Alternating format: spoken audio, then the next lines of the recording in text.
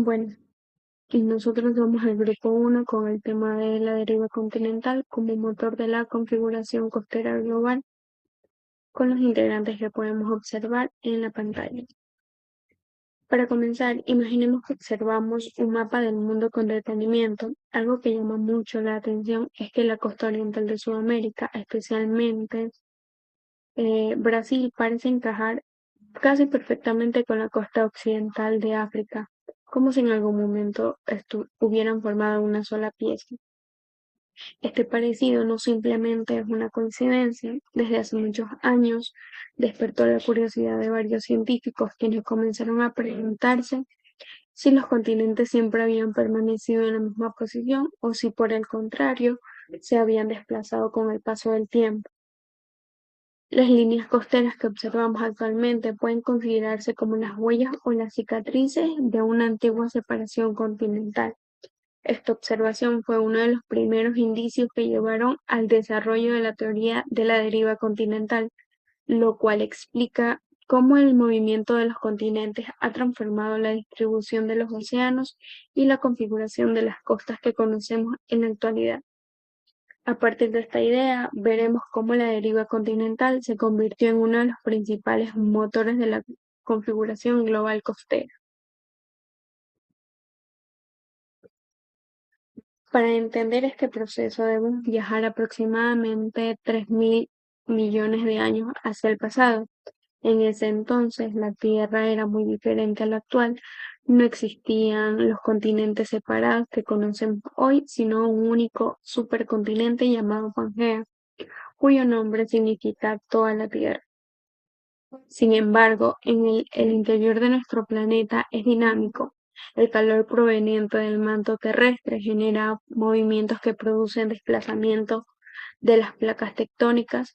Como consecuencia, Pangea comenzó a fracturarse lentamente. Aunque este movimiento es muy lento, de apenas unos centímetros por año durante millones de años, fue suficiente para separar los continentes y formar los océanos actuales. Gracias a este proceso se originaron el Océano Atlántico, el Índico y gran parte de la configuración costera que observamos hoy, demostrando que las costas son el resultado de una evolución geológica continua. El principal impulsor de esta idea fue el meteorólogo y geofísico alemán Alfred Wegener, quien en 1912 propuso formalmente la teoría de la deriva continental. Wegener reunió numerosas evidencias para respaldar su hipótesis. Encontró fósiles idénticos de plantas y animales en continentes actualmente separados por océanos.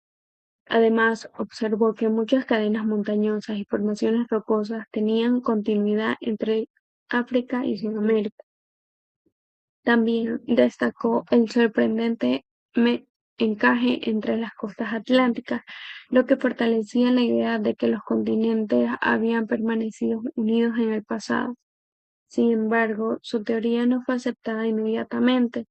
El mayor problema era que, aunque las evidencias eran muy sólidas, en esa época no existía una explicación científica sobre cuál era la fuerza capaz de mover continentes tan enormes.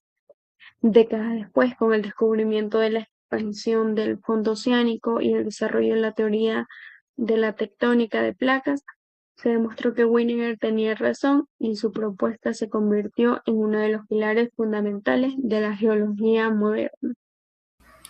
Bien, por otra parte tenemos las pistas que nos deja Wegener para respaldar su teoría de la deriva continental. La primera es la evidencia paleoclimática. Esta nos explica que en regiones que hoy tienen un clima cálido, como en la India o el sur de África, se descubrieron huellas y depósitos de antiguos glaciales, lo que nos lleva a pensar y demuestra a su vez que en el pasado esos continentes estaban ubicados cerca del Polo Sur y con el tiempo se fueron desplazando hasta su posición actual. Años después de la propuesta de Wegener, surgió la evidencia paleomagnética. Esta nos dice que al estudiar el fondo oceánico se ha descubierto bandas magnéticas simétricas a ambos lados de las dorsales oceánicas. Y estas bandas demuestran que el fondo marino se expande y esto confirma que los continentes realmente sí se desplazan. Bien, ahora tenemos la tercera evidencia que es la paleontológica. Y aquí como podemos ver en el mapa tenemos podríamos decir restos de dinosaurios o un dinosaurio en específico.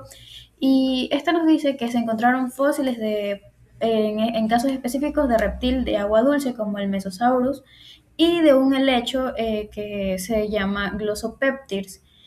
En continentes separados oceánicos se encuentran, o sea, un poco de estos vestigios se encuentran en diferentes continentes separados, pero es la misma especie.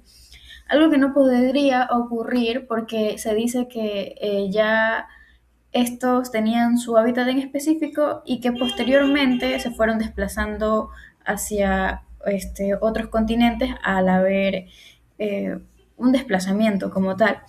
Bien, y entonces es por esto que estos animales o estas especies aparecen distribuidos en varios continentes y la explicación más lógica es que todos estos territorios en algún momento sí estuvieron unidos.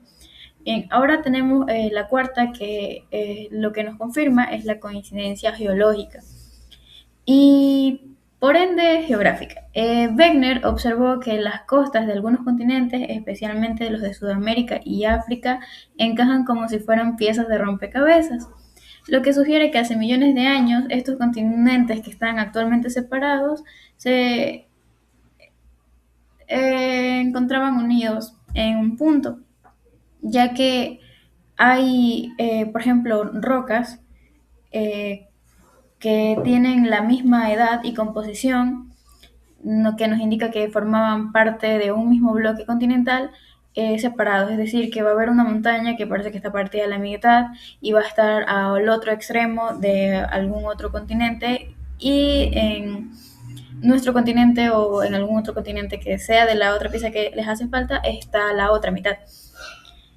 Bien, eso ha sido todo y a continuación mi compañero. El gran rompecabezas Pangaea y Gondwana. Pangaea es un solo continente rodeado por un océano gigante. Nos dice que hace 300 millones de años casi toda la masa continental estaba unidas formando un solo bloque terrestre como es llamado Pangaea, cuyo nombre proviene del griego y significa toda la tierra. Esta superficie estaba rodeado por un inmenso océano llamado Pantalasa y que cubría la mayor parte de la superficie del planeta. Eh, este continente también había una única y gigantesca línea costera global que bordeaba todo el supercontinente. Como características principales de la Pangea tenemos que existía un único continente de enormes dimensiones. Estaba rodeado completamente por el océano Pantalasa. En su interior predominaban climas secos y desérticos, ya que muchas zonas se encontraban lejos del mar.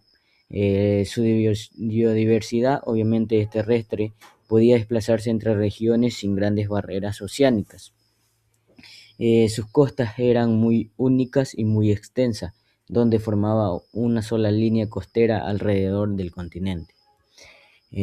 Bueno, la primera gran ruptura, nacimiento de la Eurasia y Gondwana.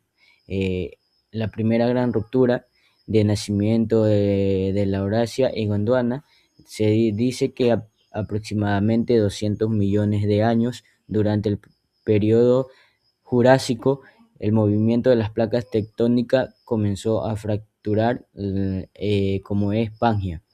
Estas fuerzas internas produjeron grietas que con el tiempo dieron origen a la separación del supercontinente en dos grandes bloques. La Eurasia. La Eurasia ocupó la parte norte de Pangea y estaba conformado por América del Norte, Europa y gran parte de Asia.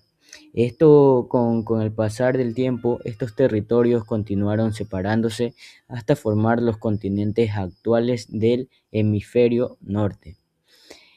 Gondwana. Gondwana ocupó la parte sur y estaba integrado por Sudamérica, África, Antártida, India, Australia y Madagascar. Posteriormente, Gondwana también comenzó a fragmentarse, originando los continentes del hemisferio sur. Hubo una separación entre Sudamérica y África, donde permitió la apertura del Océano Atlántico Sur, mientras que en India se desplazó hacia el norte hasta colisionar con Asia, y así formando la cordillera de Himalaya. La fragmentación y nacimiento de nuevas costas. El proceso de rifting. ¿Cómo se rompe un continente? Las colosales corrientes de convección del manto estiran la corteza continental al ser rígidas. Esto no cede elásticamente, sino que se adelgaza y se quiebra por completo bajo una inmensa atracción. Fuerzas tensionales y graven. La tensión estira la placa y genera fallas paranormales. El bloque central colapsa, formando así una gran fosa de hundimiento tectónico. Ascenso e intrusión magmática.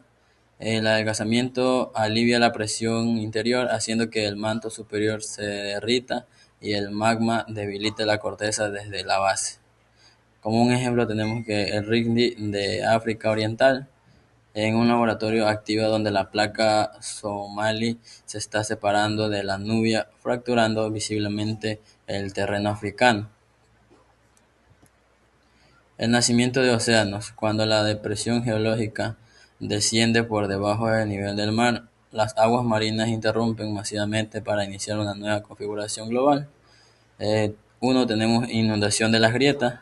El mar inunda los valles formando inicialmente cuerpos de agua estrechos como el Mar Rojo y separados de los bloques continentales. 2. Expansión de fondo. El volcanismo genera un dorsal oceánico continuo. El nuevo suelo también se expande y empuja a los continentes en sentidos opuestos.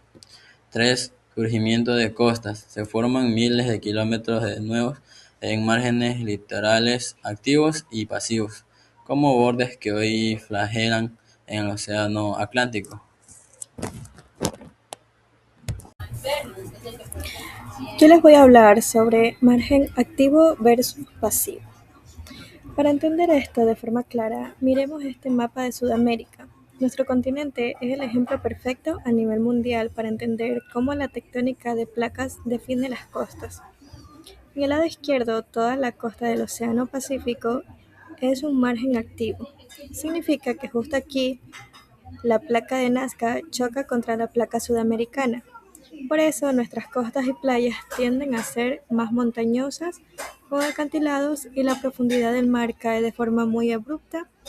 Además, como todos sabemos, es una zona con alta actividad sísmica. En el lado derecho, toda la costa del Océano Atlántico es un margen pasivo. A diferencia de nuestro lado, aquí no hay ningún choque de placas. Toda esa costa está tranquila en el interior de la placa sudamericana. Al no haber fuerzas tectónicas empujando hacia arriba, el terreno es plano. Por eso las playas de Brasil son llanuras costeras extensas, muy amplias y llenas de arena con un fondo marino que desciende de forma muy suave. A continuación, lo que es sensibilidad a la erosión costera. Sabiendo cómo son estos dos márgenes, entramos al punto crítico, la sensibilidad a la erosión. La forma en que las placas tectónicas moldearon la costa determina qué tan vulnerable es una playa a desaparecer hoy en día. Los márgenes activos, como nuestro lado del Pacífico, al tener acantilados elevados y estar hechos de rocas más duras, resisten mucho mejor el ataque del oleaje común. Su mayor peligro no es la erosión del día a día, sino los eventos catastróficos como los tsunamis. Por el contrario, los márgenes pasivos, como Atlántico en Brasil, son extremadamente vulnerables a la erosión crónica. Al ser costas bajas, planas y puramente arenosas, el aumento del nivel del mar por el cambio climático o las marejadas de las tormentas avanzan tierra adentro con total facilidad, devorando metros de la playa y destruyendo infraestructuras sin que nada las detenga. Como conclusión, tenemos que las líneas costeras que observamos hoy no son estructuras fijas ni permanentes, son el resultado dinámico de un viaje geológico de millones de años impulsado por la tectónica de placas. Comprender cómo la deriva continental ha moldeado estos márgenes, creando relieves altos y rocosos en las zonas de choques o extensas llanuras arenosas en las zonas estables, no es solo estudiar el pasado de la Tierra, es la herramienta científica fundamental para predecir el futuro de nuestro litoral, evaluar qué playas se encuentran en riesgo crítico de desaparecer y diseñar estrategias reales de gestión y conservación costera frente al cambio global. Gracias.